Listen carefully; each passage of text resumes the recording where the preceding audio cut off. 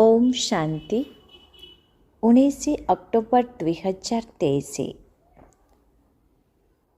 बाबा कहते मिठे बच्ची पाठ पढ़ा केबे हेले भी बंद करिवार नाही। पाठ पढ़ार शौक मध्य सेतेबेले रहिबो जेतेबेले पाठ पढ़ाउथिबा बाबांक प्रति अतूट निश्चय थिबो। निश्चय बुद्धि संतान माने ही बहुत भल सेवा करि पारिबे। बाबा कहउछन्ति मिठे बच्चे पाठ पढ़ा केबे हेले भी बंद करिवार नाही। पाठ पढ़ार शौक मध्य सेतेबेले रहिबो जेतेबेले पाठ पढ़ाउथिबा बाबांक प्रति अतूट निश्चय थिबो। निश्चय बुद्धि संतान माने ही बहुत भल सेवा करि पारिबे। आजिर प्रश्न, बापदादा को पिलामानंकर केउं कथा शुणी बहुत खुशी लगी थाए? बापदादा को पिलामानंकर केउं कथा शुणी बहुत खुशी लगी थाए? उत्तर, जेतेबेले पिलामाने सेवा समाचारर पत्र लिखि थांते, बाबा आजी मु अमुकंकु ज्ञान बुझाइछि, तांकु दुई जन पितांकर परिचय देछि, एपरी एपरी सेवा करिछि। तेबे बाबा एभली पत्र सबु पढ़ी बहुत खुशी होई थांते। याद प्यार बा भलमंद हालचाल संबंधी पत्र लिखिले बाबांकर पेट पुरे नाही, अर्थात बाबा खुशी होई न थांते। बाबा निजर सहयोगी संतान मानंको देखि बहुत खुशी होई थांते। तेणु सेवा करी बाबांको सेवार समाचार लिखिबाकु हेबो। गीत चलो चले माँ। ओम शांति। पिलामाने जानिछन्ति जे आमको कंटार दुनियारो फूलर दुनिया को जीवार अछि। सत्ययुगी दुनिया को दैवी फूलर दुनिया ही कहिबा। कलिजुगर मनुष्य माने हेउछन्ति कंटा सदृश, परस्पर को हैरान करुछन्ति, दुख देउछन्ति। वर्तमान तुमे पिलामाने खुशी हेउछ एवं कहुछ जे एबे आमे आमर सेही दैवी फूलर दुनिया सुखधाम को जिबा।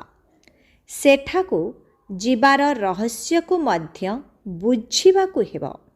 सेही दुनिया को सेतेबेले जाई पारिबो जेतेबेले भल भावरे पाठ पढ़िब। प्रथमे तो एही निश्चय रहिबा दरकार जे आमको किए पढ़ाउछन्ति। एही कथा कौनसी वेद शास्त्र आदि पुस्तकरे लेखा जाई नाही। जदिओ गीतारे राजयोग संबंधरे लेखा जाइछि, राजत्व निमंते एही पाठ पढ़ा हेउछि, तेबे निश्चित रूपे राजत्व सत्य जुगरे देबे। प्रथमे तो पाठ पढ़ाउथिबा बाबांक उपरे निश्चय रहिबा दरकार। इए कौनसी साधु संथ मनुष्य तो नुहंते, इए तो निराकार अटंती। समस्त आत्मा मानंकर पिता परम पिता परमात्मा अटंते। जेउ मानंकर कल्प पूर्व भले निश्चय हेबार थिबो, सेही मानंकु ही हेबो।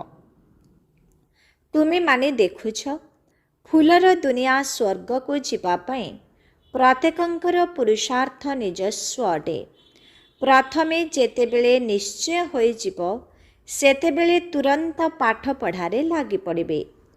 शास्त्र गुड़िकरे कृष्ण भगवान वाच लेखा जाइछे, ता सहित रुद्र ज्ञान यज्ञ मध्य लेखा जाइछे।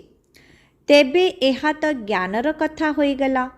मनुष्य माने पुणे कृष्णंक हातरे काठर मुरली दे देइछन्ते। गायन मध्य रहिछि ना आपणंक मुरली रे ईश्वरीय जादू रहिछि बोली। तेबे काठर मुरली रे ईश्वरीय जादू होई पारिबो नाही। सिए तो केवल मुख द्वारा मुरली बजाई पारिबे। कृष्णंकर बाल्य लीला देखाउछन्ति, किपरि परस्पर भितरे खेलकूद करुथिले। एही सबु कथा को बहुत भल भावे बुझिबा आवश्यक। एहा तो पिला माने जानिगलेणे जे वास्तव रे एहा हेउछि राजयोग, अर्थात ପାଠ ପଢ଼ାଇ ରାଜତ୍ୱ ପ୍ରାପ୍ତ କରାଉଥିବା ବାବାଙ୍କ ସାଥିରେ ଯୋଗ। ସିଏ ଆମ ସମ୍ମୁଖକୁ ଆସି ପଢ଼ାଉଛନ୍ତି। ଏଥିରେ କାଠର ମୁରଲିର କୌଣସି କଥା ନାହିଁ। ଏହି କଥା ହିଁ ସବୁଠାରୁ ଭିନ୍ନ। ଏ କଥା କେହି ବି ଜାଣିନାହାନ୍ତି ଯେ ନିରାକାର ଭଗବାନ ସ୍ୱୟଂ ଆସି ରାଜଯୋଗର ପାଠ ପଢ଼ାଉଛନ୍ତି। କୃଷ୍ଣଙ୍କ ପାଇଁ ମଧ୍ୟ କହୁଛନ୍ତି ତାଙ୍କ ମୁରଲିରେ ଈଶ୍ୱରୀୟ ଯାଦୁ ରହିଛି। ତେବେ ଈଶ୍ୱର ଅନ୍ୟ ଜଣେ ହୋଇଗଲେ ନା? ଶ୍ରୀକୃଷ୍ଣଙ୍କୁ ତ ଈଶ୍ୱର କୁହାଯିବ ନାହିଁ। ଈଶ୍ୱର ତ ଈଶ୍ୱର ହିଁ ଅଟନ୍ତି, ତାଙ୍କୁ ଯାଦୁକର କୁହାଯାଏ। ଯାଦୁକର ନିଜେ ଆସି ଯାଦୁଗରୀ ଦେଖାଉଛନ୍ତି, ସାକ୍ଷାତକାର କରାଉଛନ୍ତି ଏବଂ ଉଚ୍ଚ ପଦ ପ୍ରାପ୍ତ କରାଇବା ପାଇଁ ପାଠ ପଢ଼ାଉଛନ୍ତି। ମୀରା ମଧ୍ୟ ବୈକୁଣ୍ଠର ସାକ୍ଷାତକାର କରିଥିଲେ ଏବଂ ଖୁସିରେ ନାଚୁଥିଲେ, କିନ୍ତୁ ସିଏ ରାଜଯୋଗ ଶିଖିନଥିଲେ। ରାଜଯୋଗର କୌଣ କଥା କୌଣସି ଶାସ୍ତ୍ରରେ ନାହିଁ। ମୀରାଙ୍କର ଶିକ୍ଷାଦାତା କେହି ନଥିଲେ। ମୀରାଙ୍କ ନାମ ତ ଭକ୍ତମାଳାରେ ରହିଛି। ଏହା ହେଉଛି ଜ୍ଞାନମାଳା। ଏଥିରେ ରାତି ଦିନର ଅନ୍ତର ରହିଛି। ତୁମେମାନେ ଜାଣିଗଲଣି, ଆମେ ଜ୍ଞାନକୁ ଯେତେ ଧାରଣ କରିବା ସେତେ ଉଚ୍ଚ ହୋଇପାରିବା। ବରାବର ଭକ୍ତମାଳା ମଧ୍ୟ ରହିଛି, ସେଥିରେ ମଧ୍ୟ କ୍ରମାନୁସାରେ ଅଛନ୍ତି। ତାଙ୍କର ନାମ ମଧ୍ୟ ପ୍ରସିଦ୍ଧ ଅଟେ, କିନ୍ତୁ ଏହି ଜ୍ଞାନ କାହା ପାଖରେ ନାହିଁ। ତେଣୁ ସମସ୍ତଙ୍କୁ ବୁଝାଇବା ଦରକାର ଯେ ଏହି ଜ୍ଞାନ ସେହି ସର୍ବୋଚ୍ଚ ଅଧିକାରୀ ପିତା ହିଁ ଦେଉଛନ୍ତି, ଯାହାଙ୍କ ପାଇଁ କୁହାଯାଉଛି ଯେ ସିଏ ବ୍ରହ୍ମାଙ୍କ ମୁଖକମଳ ଦ୍ୱାରା ବ୍ରାହ୍ମଣ ରଚନା କରି ସେମାନଙ୍କୁ ସମସ୍ତ ବେଦଶାସ୍ତ୍ରର ସାରାଂଶ ଶୁଣାଉଛନ୍ତି। ଶିବ ବାବାଙ୍କ ହାତରେ ତ ଶାସ୍ତ୍ର ମଧ୍ୟ ଦେଇପାରିବେ ନାହିଁ, କାହିଁକି ନା ସିଏ ହେଉଛନ୍ତି ନିରାକାର। ତେଣୁ ସିଏ ବ୍ରହ୍ମାଙ୍କ ଦ୍ୱାରା ବୁଝାଉଛନ୍ତି। ଏହିସବୁ ଉପାୟ ରଚନା କରିଛନ୍ତି, କିନ୍ତୁ ଏହିସବୁ କଥା କେବଳ ସେହି ଜଣେ ହିଁ ବୁଝାଇ ପାରିବେ। ଦେଖାଉଛନ୍ତି ଯେ ବ୍ରହ୍ମାଙ୍କ ଦ୍ୱାରା ସମସ୍ତ ବେଦଶାସ୍ତ୍ରର ସାରାଂଶ ବୁଝାଉଛନ୍ତି। ତେବେ ଏଥିରୁ ଜଣାପଡ଼ୁଛି ଯେ ବୁଝାଇବା ବାଲା ଆଉ ଜଣେ ଅଟନ୍ତି ନା? ଏବେ ତୁମେ ବାସ୍ତବରେ ଦେଖୁଛ, ଶିବ ବାବା ଯିଏକି ଜ୍ଞାନର ସାଗର ଅଟନ୍ତି, ସିଏ ଆମର ପିତା ମଧ୍ୟ ଅଟନ୍ତି। ସିଏ ହିଁ ଆମ ସମ୍ମୁଖରେ ବସିଛନ୍ତି। ସିଏ ଭାରତରେ ହିଁ ଆସୁଛନ୍ତି ଏବଂ ନିଶ୍ଚିତ କାହା ଶରୀରରେ ପ୍ରବେଶ କରୁଛନ୍ତି। ଏହା ହେଉଛି ବ୍ରହ୍ମାଙ୍କ ଶରୀର। ପ୍ରଜାପିତା ବ୍ରହ୍ମା ମଧ୍ୟ ନିଶ୍ଚିତ ଦରକାର। ବାସ୍ତବରେ ବାବା ଆସି ପ୍ରଜାପିତା ବ୍ରହ୍ମାଙ୍କ ଦ୍ୱାରା ହିଁ ବ୍ରାହ୍ମଣ ଧର୍ମ ରଚନା କରୁଛନ୍ତି। ତେବେ ଧର୍ମ କିପରି ରଚନା କରାଯାଉଛି, ଏହା ମଧ୍ୟ ତୁମେମାନେ ଜାଣିଛ। ତୁମେ ବାସ୍ତବରେ ବ୍ରହ୍ମାଙ୍କର ସନ୍ତାନ ଅଟ। କହୁଛ ଆମେ ସମସ୍ତେ ବ୍ରାହ୍ମଣ ବ୍ରାହ୍ମଣୀ ଅଟୁ। ବାବାଙ୍କ ଠାରୁ ସମ୍ପତ୍ତି ନେଉଛୁ। ଅନୁଗାମୀ ତ କେବେ ସମ୍ପତ୍ତି ନେଇପାରିବେ ନାହିଁ। ପିଲାମାନେ ହିଁ ବାବାଙ୍କ ଠାରୁ ସମ୍ପତ୍ତି ନେଉଛନ୍ତି। ତୁମେ ଆସି ବେହଦର ସନ୍ତାନ ହୋଇଛ। ଖ୍ରୀଷ୍ଟଙ୍କର ଅନୁଗାମୀ ବୋଲି କୁହାଯାଏ, ସନ୍ତାନ ନୁହେଁ। ବୁଦ୍ଧଦେବଙ୍କର, ଗୁରୁ ନାନକଙ୍କର ଅନୁଗାମୀ ବୋଲି କୁହାଯାଏ, ସନ୍ତାନ ନୁହେଁ। କିନ୍ତୁ ଏଠାରେ ତୁମେ ସମସ୍ତେ ସନ୍ତାନ ଅଟ। ପ୍ରଜାପିତା ମଧ୍ୟ ଆମର ପିତା ଅଟନ୍ତି ଏବଂ ଶିବ ବାବା ମଧ୍ୟ ପିତା ଅଟନ୍ତି। ସିଏ ହେଉଛନ୍ତି ନିରାକାର ଏବଂ ଇଏ ଅର୍ଥାତ୍ ବ୍ରହ୍ମା ହେଉଛନ୍ତି ସାକାର, ଅଲଗା ଅଲଗା। ଏହି ସାକାରଙ୍କ ଦ୍ୱାରା ଶିବ ବାବା ସନ୍ତାନମାନଙ୍କୁ ରଚନା କରିଛନ୍ତି। ଏବେ ତୁମମାନଙ୍କ ଭିତରେ ମଧ୍ୟ କାହାର ସମ୍ପୂର୍ଣ୍ଣ ନିଶ୍ଚୟ ଅଛି ତ ଆଉ କାହାର ନାହିଁ। ଏହି ଲଟେରୀ ହେଉଛି ବହୁତ ବଡ଼। ତୁମକୁ ନିଜ ଶରୀର ନିର୍ବାହ ଅର୍ଥେ କର୍ମ ମଧ୍ୟ କରିବାକୁ ହେବ ଏବଂ ଏହି ଜ୍ଞାନ ମଧ୍ୟ ଶିଖିବାକୁ ହେବ।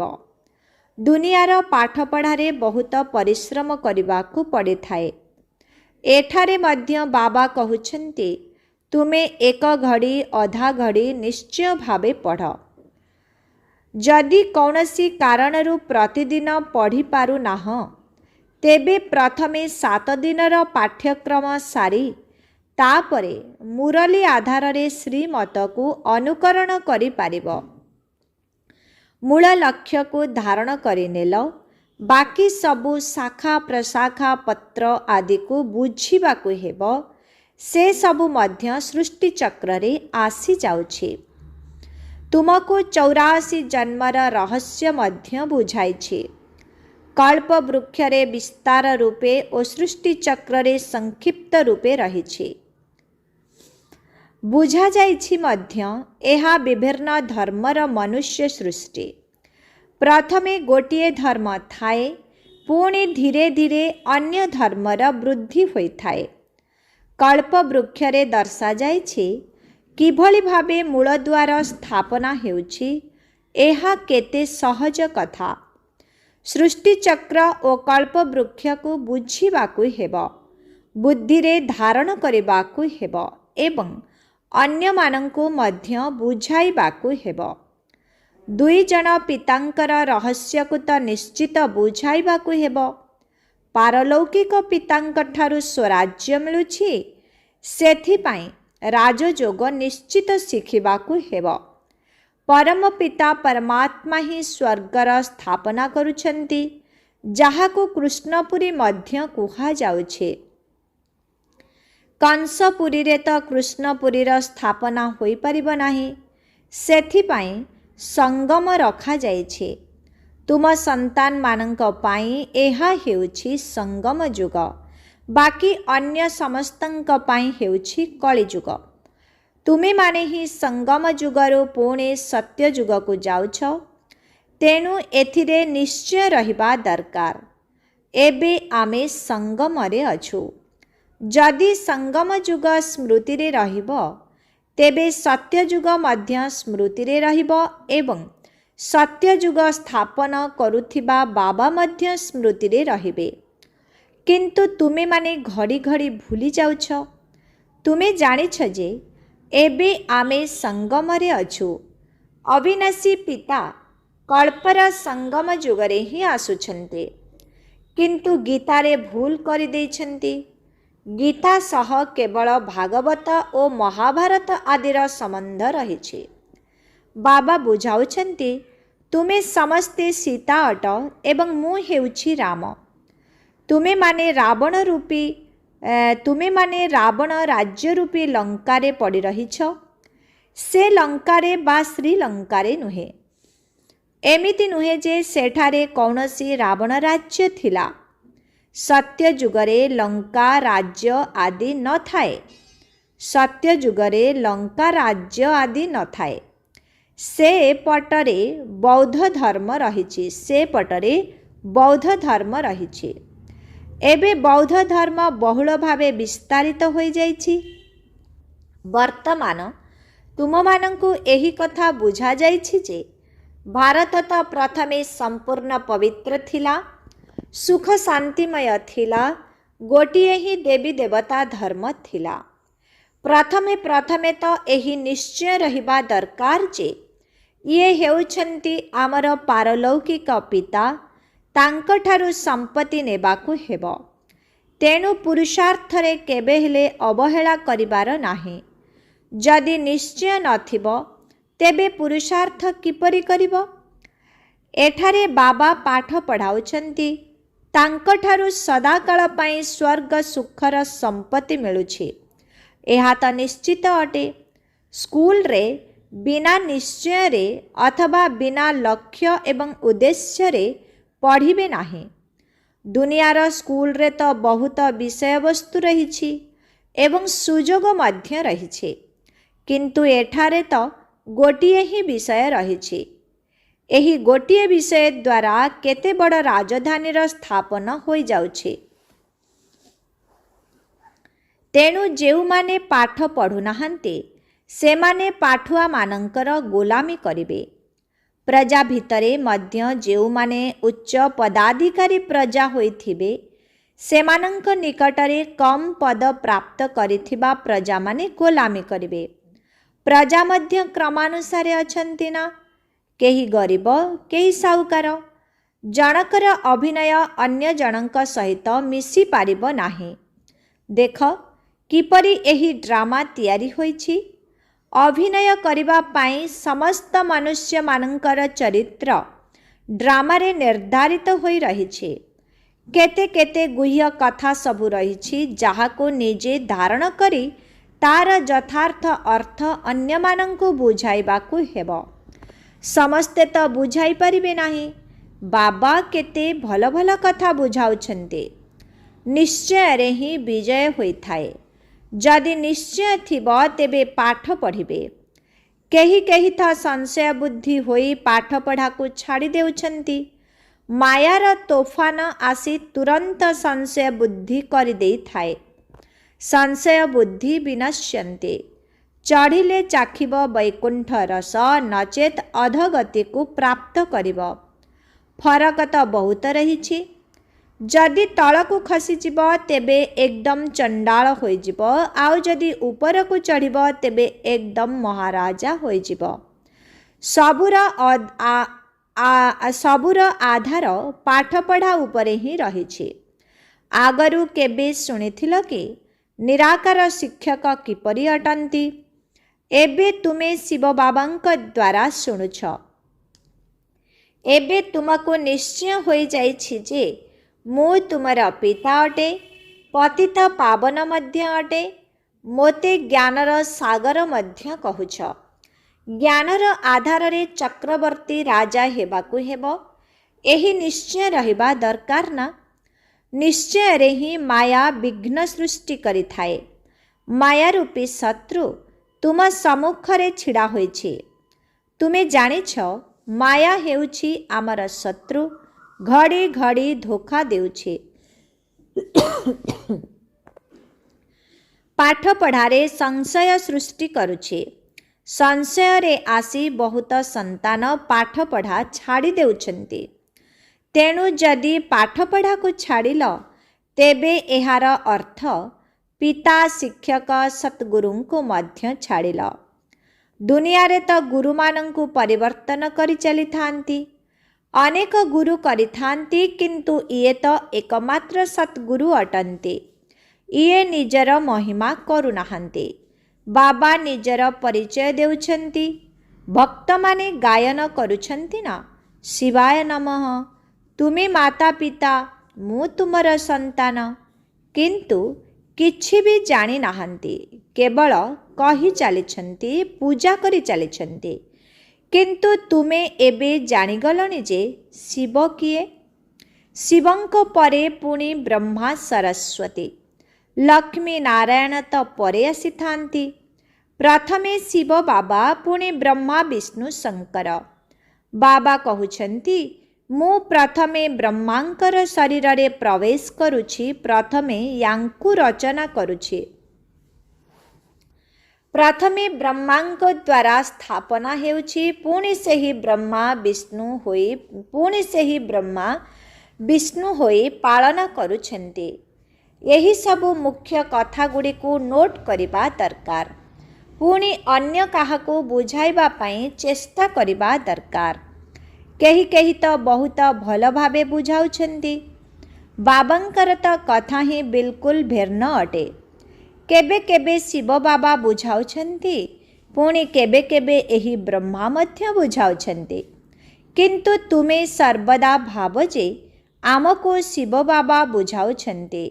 ଶିବ ବାବାଙ୍କୁ ହିଁ ମନେ ପକାଇବା ଦ୍ୱାରା ବିକର୍ମ ବିନାଶ ହୋଇଥାଏ। ତୁମେ ଭାବ ଶିବ ବାବା ଏହି ବ୍ରହ୍ମାଙ୍କ ଦ୍ୱାରା ଆମକୁ ନୂଆ ନୂଆ ଯୁକ୍ତି ସବୁ ଶୁଣାଉଛନ୍ତି, ବହୁତ ଯୁକ୍ତିସଙ୍ଗତ କଥା ବୁଝାଉଛନ୍ତି। ତେଣୁ ସନ୍ତାନମାନଙ୍କୁ ମଧ୍ୟ ବୁଝିବା ଦରକାର। ପ୍ରଥମେ ତ ବାବାଙ୍କ ଉପରେ ନିଶ୍ଚୟ ରହିବା ଦରକାର। କାହାକୁ କାହାକୁ 7 ଦିନରେ ମଧ୍ୟ ରଙ୍ଗ ଲଗାଯାଇଥାଏ, ଅର୍ଥାତ୍ ପ୍ରଭାବ ପଡ଼ିଯାଇଥାଏ। କିନ୍ତୁ ମାୟା ମଧ୍ୟ ବହୁତ ଶକ୍ତିଶାଳୀ ଅଟେ। ପ୍ରଥମେ ତ ନିଶ୍ଚୟ ହେବା ଦରକାର କି ପରମ ପିତା ପରମାତ୍ମା ସ୍ୱର୍ଗର ରଚୟିତା ଅଟନ୍ତି। तेणु सीए ही निश्चित राजयोग शिखाई। कृष्ण तो शिखाई पारिबे नाही। सीए सत्य जुगरे ही आसुछन्ते। स्वर्गर रचयिता शिव बाबा अटन्ते। जदि केही कहिबे कृष्णଙ୍କ शरीर भगवान आसुछन्ते, तेबे कृष्ण तो सही रूपरे आसीपारिबे नाही, कारण तांकर सत्य जुगरे अभिनय रहिछि। बाबा तो काहा गर्भरु जन्म नेउ नाहांती।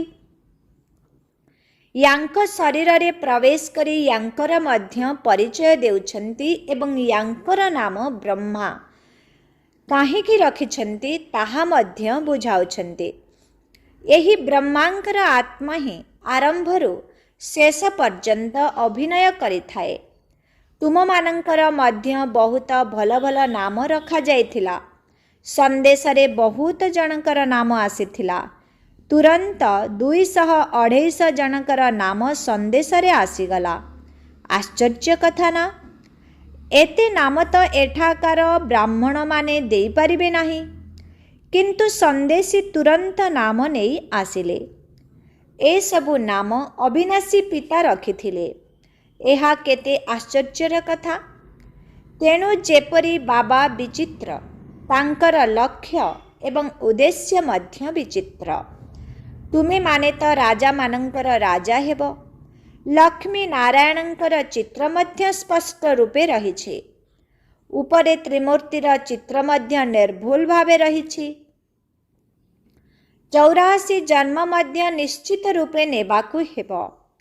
कलि जुगर अंतिम पतित और सत्य जुगर आदि पावन।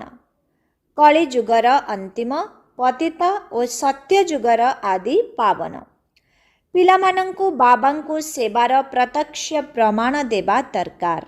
बाबा आमे एहिपरि छोट छोट प्रचार पत्र छपाइछु। तेणु सेथिरे उपरे शिव त्रिमूर्ति एवं दुई पितांकर परिचय रहिबा दरकार। एही मुख्य कथा को निश्चित रहिबा दरकार। एही भली प्रचार पत्र सबु छपाई बहुत सेवा करी बाबांकु समाचार देवा दरकार। तेबे जाई बाबांकर हृदय रे स्थान पाई पारिबो।